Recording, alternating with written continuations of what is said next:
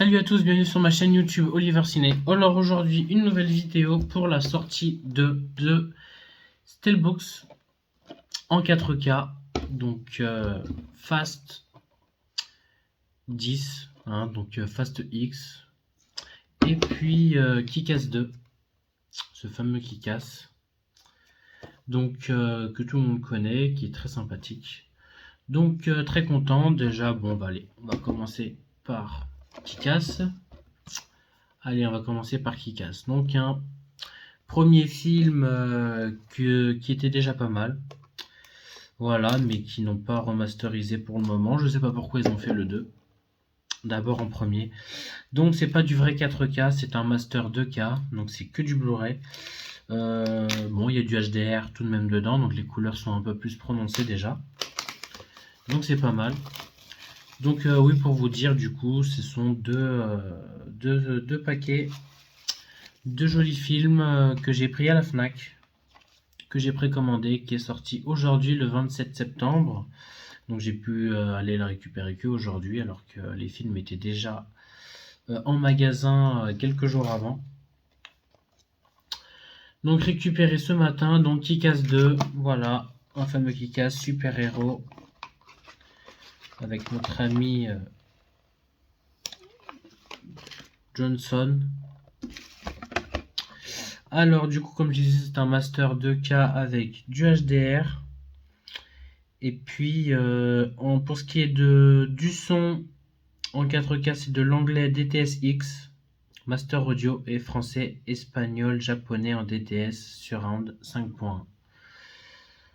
Donc voilà pour le niveau sonore. Donc avec Aaron Taylor, donc, qui est un acteur plutôt sympathique, qui a joué dans le premier et dans le deuxième. Donc avec Chloé Grace Moretz qui joue Hit Girl. Il y a Jim Carrey qui joue dedans aussi. Donc le 2 qui est tout de même meilleur que le premier film, qui est tout aussi bien, plus badass aussi. Donc vraiment très sympathique.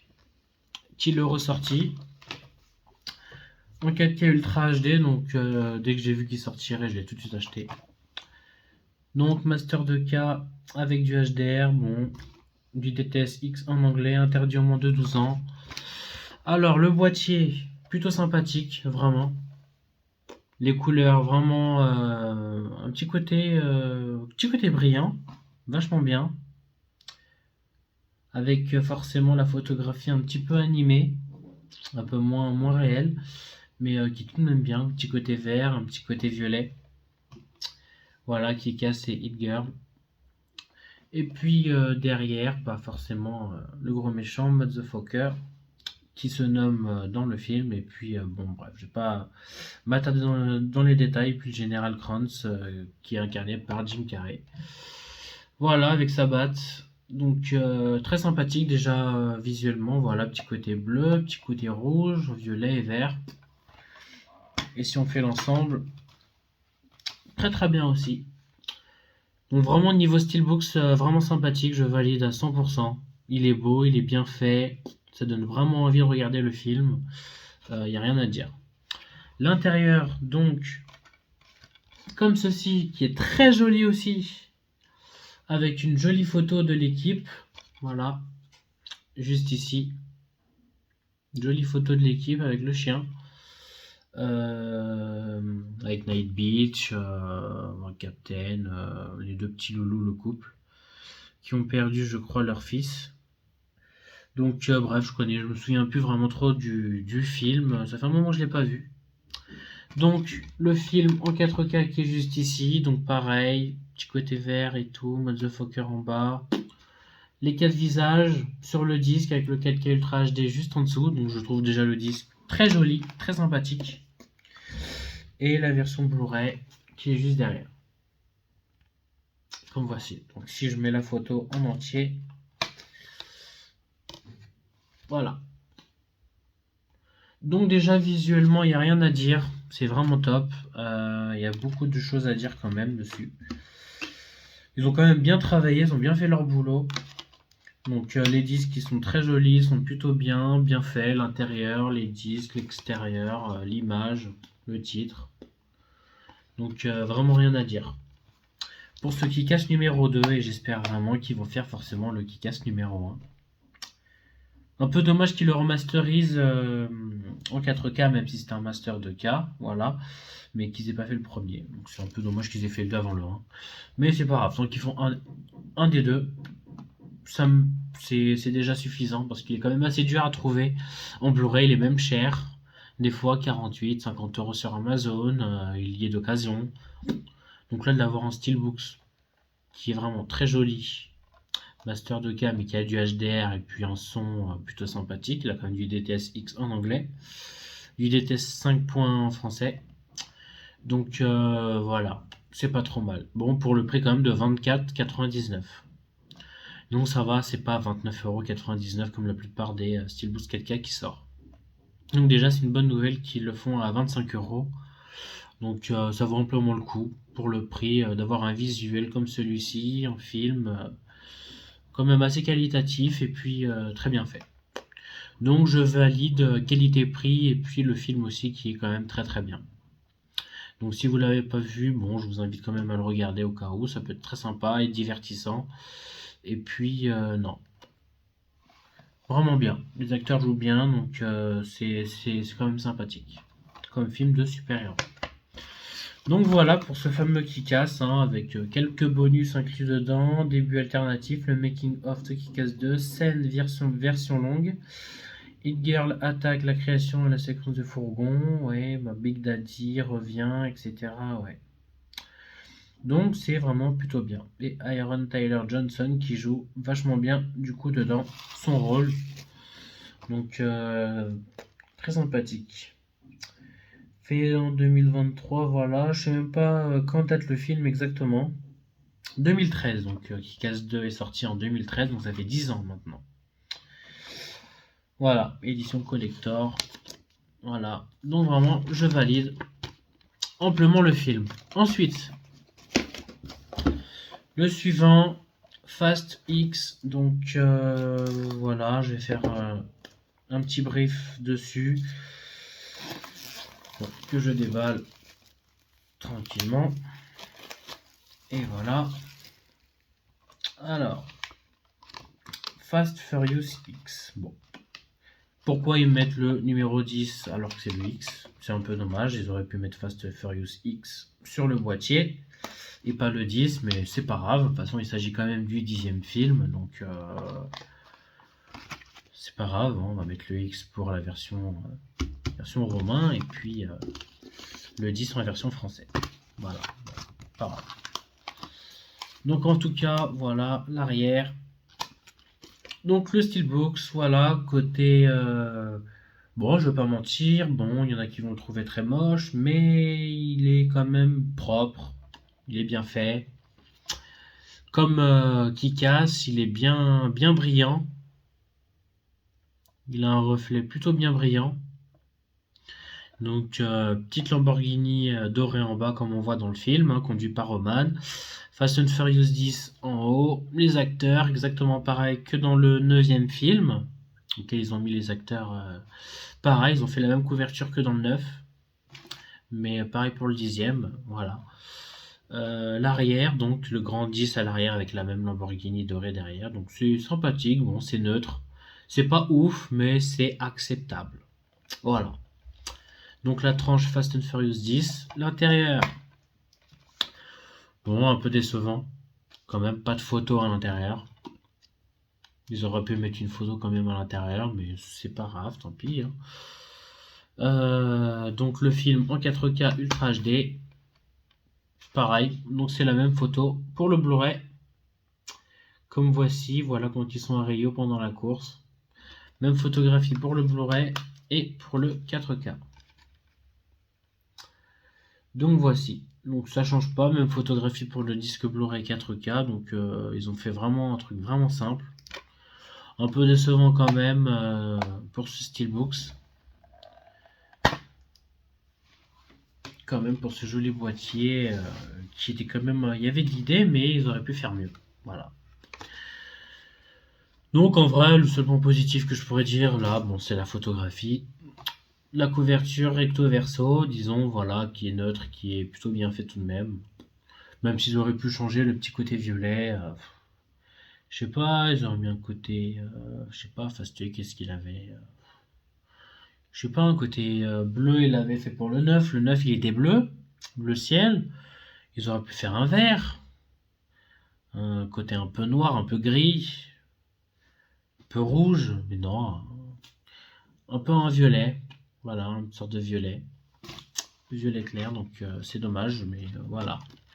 Universal, voilà, qui est écrit en bas, ici. Donc ce 10e film de Vin Diesel, voilà, qui était joué. Donc forcément, que beaucoup de gens forcément ont détesté. Donc bon, moi j'ai bien aimé le film tout de même, hein. Parce que quand on est fan de la saga, forcément, c'est vrai que par rapport au premier film, eh ben, il y a eu beaucoup de changements. Donc forcément, avec la technologie, bah, forcément est meilleure maintenant. Donc forcément, ils utilisent plus la technologie pour faire les films qu'à l'époque. Donc il y a plus d'effets spéciaux maintenant qu'à l'époque. Donc forcément à l'époque, hein, c'était vraiment un peu plus réaliste. Ça tournait un peu plus dehors, là ça tourne un peu plus dans le studio et forcément c'est moins réel dehors. Donc ça dépend des films. Quand vous voyez voilà Fast, hein, des fois James Bond, bon c'est souvent dans les studios, hein. Quand vous voyez Mission Impossible 7 par exemple, et ben le train à la fin du film ils l'ont construit et ils ont réellement tourné dehors, hein. Tom Cruise a vraiment été sur le toit du train en train de combattre, hein. Donc vous voyez, hein, des fois je comprends pas, même Mission Impossible 7, des fois, la plupart ont pas aimé non plus le film, donc alors qu'il est très très réaliste, hein. Tom Cruise a fait vraiment ses propres cascades dedans. Donc, vous voyez, hein, attaché avec l'actrice à menottes et conduire à une seule main une petite voiture, ça a été fait réellement, hein. Donc toutes les cascades qui est dedans, et c'est vrai. Donc voilà, la plupart des gens aiment bien les films et pas aiment bien les films qui sont réels et d'autres pas. Donc voilà. Donc je vous invite quand même à voir le bonus de Fast X. Donc il y a beaucoup de choses qui ont été faites forcément en studio, mais il y a pas mal de choses qui ont été faites réellement aussi. Donc c'est du 50-50. Donc c'est vrai que c'est un peu décevant parce qu'il y a pas mal d'effets spéciaux, donc on aimerait qu'il y en ait moins.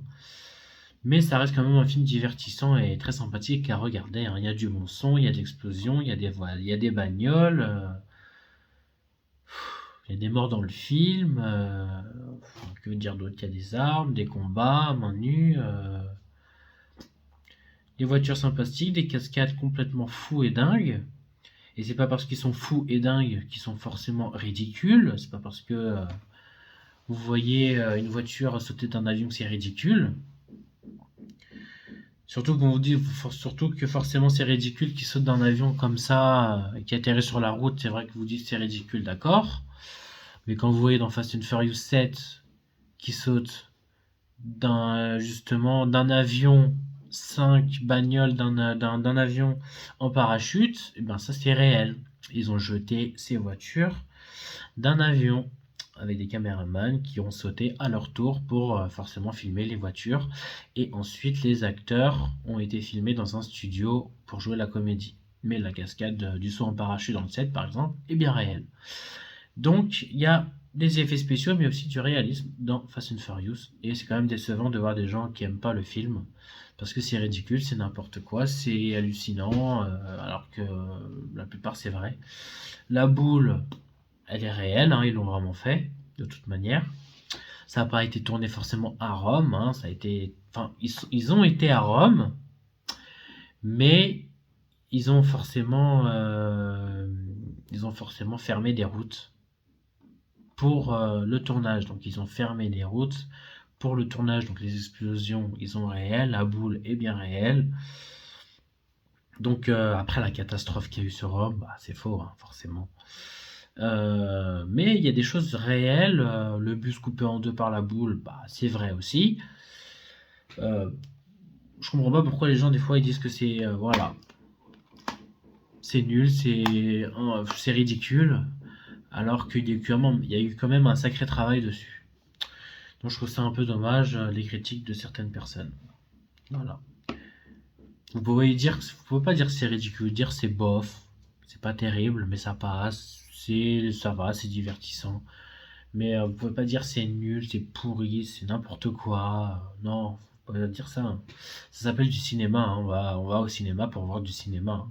Si vous allez dans un cinéma pour voir des trucs complètement réels et sans fun, bah ça sert à rien en fait. Sans aller au cinéma, c'est pas pour voir des trucs fun. Donc c'est le but d'aller au cinéma pour voir du spectacle. Et du spectacle, il y en a dedans. Donc ça s'appelle du 100% du cinéma. Donc surréaliste, dingue, fou, con, mais on aime ça, c'est fun, et puis c'est tout ce que j'ai à vous dire. Donc voilà, je trouve quand même ce 10 plutôt bien réussi, un Dante plutôt sympathique, qui fait quand même un bon méchant. Donc voilà. Bon, c'est une saga quand même qui vaut le coup, hein. S'ils sont arrivés au 10e film, c'est pas pour rien. Si au bout du 5 et du 6 c'était pourri, bah ils auraient arrêté, hein, d'ici là, hein. Ils en ont pas fait 10 si la plupart des gens n'aimaient pas.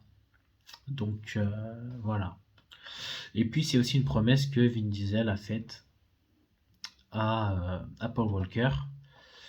Paul Walker a demandé à Vin Diesel de faire en sorte qu'il y ait 10 Fast and Furious. Donc vu qu'il est mort dans le tournage du 7, Vin Diesel se doit de faire encore le 8, le 9, le 10 et puis le 11 qui va sortir l'année prochaine. Voilà, pour honorer sa parole en la mémoire de Paul Walker. Donc ils font ce qu'ils peuvent, hein. Ce sont des acteurs qui sont quand même très fatigués. Ils prennent de l'âge, hein, ils n'ont pas 20-30 ans. Donc forcément, à l'époque, ils étaient assez dynamiques.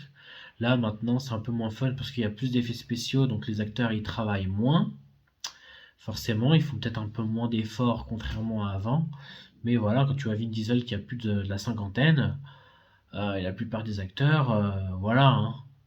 Fast and Furious 10, ils sont âgés maintenant. Ça n'a rien à voir avec les premiers films, donc forcément, c'est logique qu'il y ait un peu plus d'effets spéciaux et que la plupart n'aiment pas le film maintenant. Voilà. Mais ça reste quand même divertissant à voir.